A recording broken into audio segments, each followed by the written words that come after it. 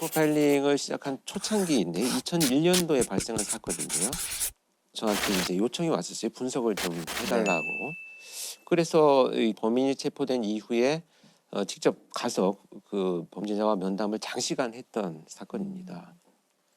사건 내용을 이제 소개를 들어보면 이 아이의 부모는 24시간 운영하는 식당을 갖고 계셨어요. 그래서 열심히 일을 하시면서 그 아이가 둘이 있었는데 이제 14살 된 큰아들과 11살 된 둘째 아들이 집에서 생활을 하고 있었습니다. 그런데 이날 아버지가 집에 돌아와서 보니까 아이들이 집에 있어야 되는데 소리가 없어요. 네. 그래서 작은 방에 문을 열어봤더니 이 11살 된 둘째 아이가 그냥 누워있는 상태에서 뒷머리를 강력한 둔기로 공격을 받아가지고 네. 피가 그대로 고여있는 상태로 쓰러져 있는 거예요. 네.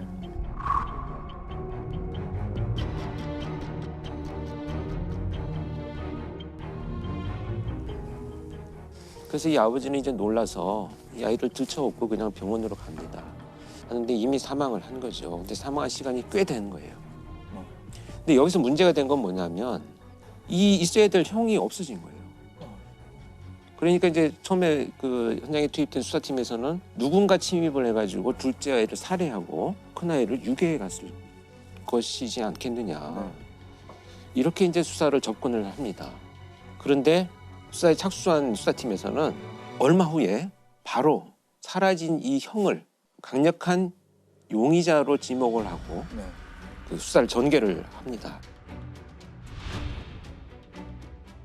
일단 이제 드나든 사람들에 대한 흔적을 찾기 위해서 가장 먼저 할 것이 이제 경찰에서 CCTV 수사를 했는데요. 네. 사망 추정 시간이 지나서 얼마 후에 이 큰아들이 가방을 메고 유유히 혼자 걸어 나가는 것이 CCTV에 찍힙니다. 그래서 이 아이의 그 일기장이나 이런 흔적들을 이제 네. 봅니다. 도대체 왜 이런 일이 벌어졌는가. 그랬더니 이 아이가 좀비라는 이름으로 네. 미니 홈피를 운영을 하고 있었어요.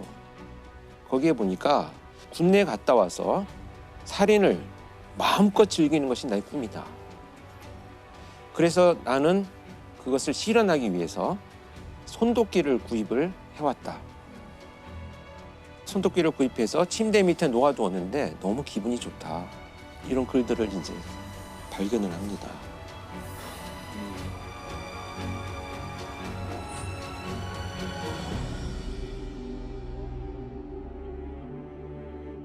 더군다나 이제 거기에서는 더 그 충격적인 것은 이제 가족하고 내가 더 이상 정이 들면 안 되겠다.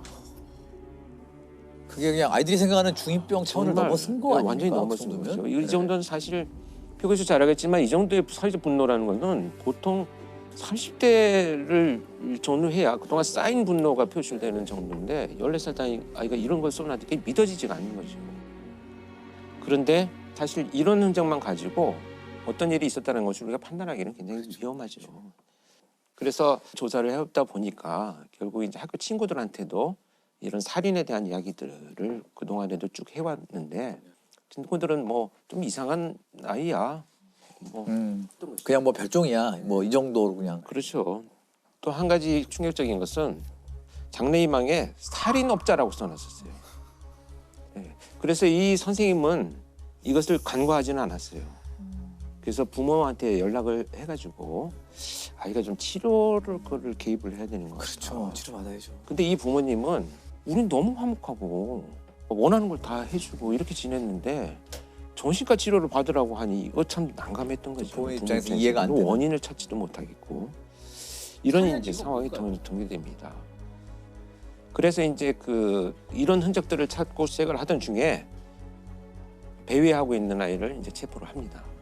그때 가방 속에 동생을 살해한 손도끼를 그대로 넣고 있었어요. 그 가방을 메고 있었던 거죠.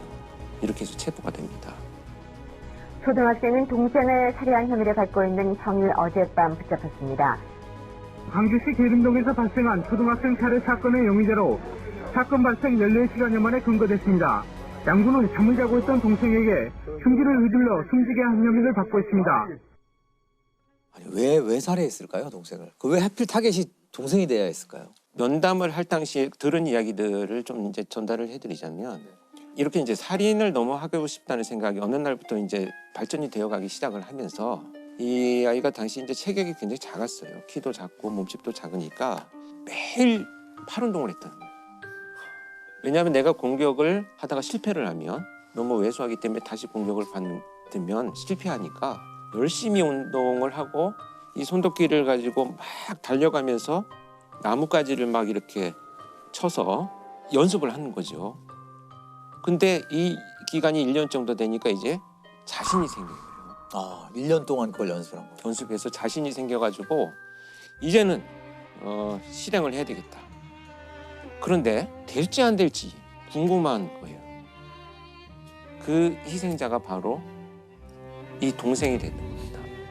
그래서 엎드려서 잠을 자고 있는 동생을 말씀드리기도 어렵지만 손도끼로 뒷머리를 내리쳐서 이제 살해를 하고 동생이 움직이지 않으니까 그의 표현에 의하면 아 이제 내가 할 수 있겠다라는 생각 때문에 너무 기분이 좋아서 동생한테 잘 가라 라고 인사를 하죠. 왜 동생을 죽였어요? 제가요 감정으로 사람을 죽인다면요 친구들 좀 싫은 친구들 죽였을 텐데 걔가 사람이니까 인간이란 것이 얼마나 나약했을까 해갖고 한번 해봤죠.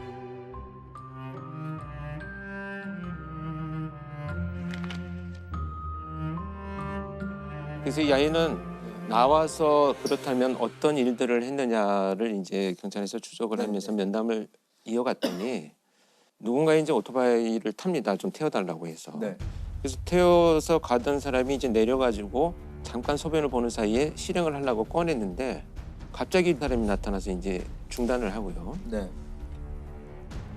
또 내려서 이제 그 대상자를 찾기 위해서 돌아다니다가 이렇게 이제 답변하게 소변을 보고 있는 술이 취해서 있는 사람을 보고 실행을 하기 위해서 들었는데 마침 유리 거울 같은 게 있어가지고 자기 모습이 비쳐서 보이니까 놀라서 또 중단을 하죠. 저는 살인이고 죽음이고 그런 게 좋았거든요. 재밌다 그런 거 기분이 좋다는 느낌이 들고 흥미가 있었어요. 저는 정말 지금까지 그 1000명이 넘는 범죄자를 만났지만 어떤 일을 하고 싶냐 나오면 라고 했더니 이런 말을 하는 아이는 처음 봤어요. 한 명씩 죽이는 것이 재미가 없을 것 같고 건물이 폭발하거나 이렇게 여러 사람이 죽는 모습을 너무 보고 싶어요. 이건 마치 이제 나의 장래 희망을 얘기하듯이 이거는 자연스럽게 이렇게 됐을 것 같지는 않고 뭔가 컨텐츠를 보거나 좀 그런 거에 영향 받은 것 같다는 느낌이 그래서 강하게 들거든요. 영향을 많이 받았고요. 네. 특히 이제 그때 표 교수도 언론에 한번 인터뷰를 이 사건 가지고 했었어요. 그랬죠. 예. 그 당시에는 언론에서는 그 답을 찾으려고 게임에 몰입하게 됩니다. 게임이 이렇게 했다. 게임에서 하는 것들을 현실에서 그대로 적용하려고 했다라고 섣불리 진단을 하면서 맞아요. 게임 중독의 원인이라고 얘기를 했는데 사실상 전혀 학술적이거나 의학적인 근거는 없는 거예요. 네, 그렇죠. 어느 한 가지에서 답을 찾으려는 그 자체가 사실은 맞아요. 섭부르고 그럴 위험한 수 겁니다. 있는 것 같아요. 네. 그런데 이제 그 와중에라도 이렇게 이 아이가 처한 환경적인 요인이 뭐가 있었느냐를 자꾸 들여다보고자 하는 노력을 하는 거고요. 그렇죠. 제가 볼 때는 그러니까 이 부모가 뭐 잘했다 잘못했다는 게 아니고 경제 생활을 하다 보니까 이제 아이를 돌볼 시간이 없었던 거죠. 교대로 집에 와서 잠을 주무시고 또 일을 하러 가고 케어할 수 있는 기회가 없어졌고 결국은 그것이 이제 방임의 결과로 나타난 거죠.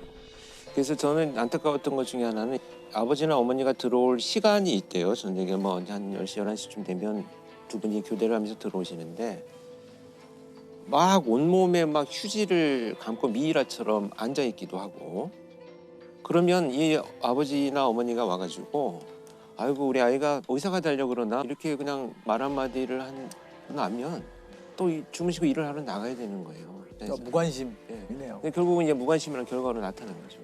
근데 사실은 이 아이의 이런 행동들 여러 에피소드가 있지만 대표적인 이런 행동들은 아이가 부모 옆에 가고 싶은 생존이에요.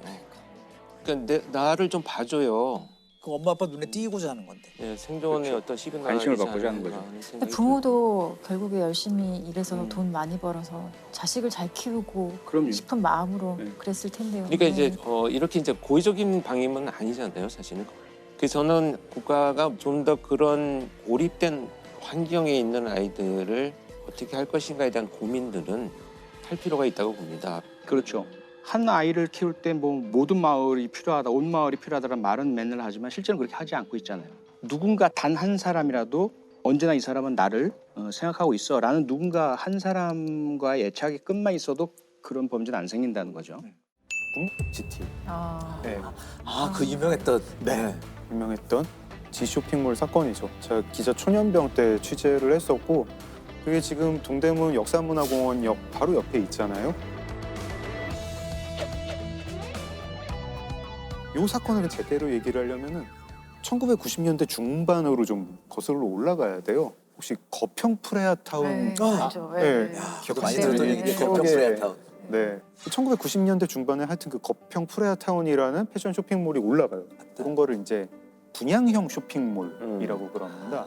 그 전에 있던 그 재래시장하고 다르게 여기는 조명도 밝고 뭐 탈의 시설도 있고 뭐 이러다 보니까 그 젊은이들이 옷을 사러 굉장히 많이 몰려요. 그래서 이게 이제 굉장히 호황을 하니까 그때 그런 쇼핑몰들이 많이 올라갑니다. 밀리오레, 스타, 웨이브 뭐 이런 거.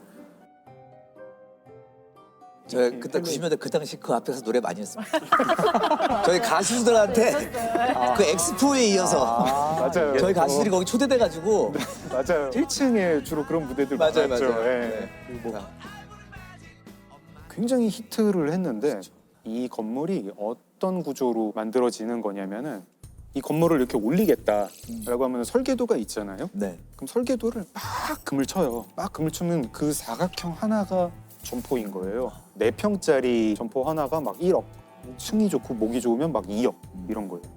그럼 이 건물 하나 올리면은 그런 점포가 막 2,000개, 3,000개씩 나오는 거죠. 그래서 이거를 분양을 해요. 분양을 하면은 뭐 1억, 2억 돈을 내서 그거를 가지고 건물을 올리는 거예요. 뭐 이랬는데 여기서 그게 될 것 같으니까 이 윤창열이라는 사람이 내가 동대문 역사문화공원역 바로 옆에 지상 16층, 지하 7층으로 거대한 쇼핑몰을 짓겠습니다 하고 이제 사람들을 모아요. 사람들을 모아가지고 2001년에 그걸 분양을 하는데 대박이 납니다.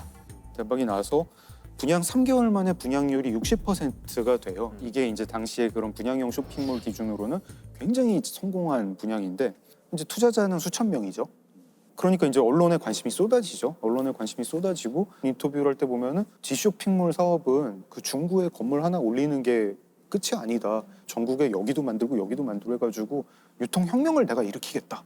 뭐 이래가지고 사람들이 오, 대단한 사업가인가 보다 그랬어요. 이 건물 언제 지어지나 하고 기다리는데 일단은 그 건물 짓기로 한 그 부지에 다른 건물이 있었는데 이게 철거가 안 되는 거예요. 철거가 안 되고 이 윤창열 씨는 자기 돈이 그때 처음에는 7억 원밖에 없었대요. 7억 원. 네, 이 G쇼핑몰 사업은 수천억 원짜리인 거예요. 그리고 일단 부지 확보 부지 확보도 해야 되고 나중에 뭐 건설하려면 정말 수천억 원이 드는 거죠. 나중에 보니까 사채를 많이 썼어요. 사채를 많이 썼고 당시에 파산한 건설업체 중에 한양이라고 있었어요. 그걸 자기가 인수하겠다. 나서고 인수를 성공을 합니다. 성공을 하는데 자꾸 뭐 특혜 의혹 뭐 이런 게 막 들리기 시작하고 슬슬 검찰이 이 G쇼핑몰을 들여다보고 있다. 내사를 하고 있다. 이런 소문들이 막 돌아요. 약간 투자자들이 겁을 먹고 있던 와중에 이 사람이 체포가 돼요. 체포가 되고 구속이 됩니다.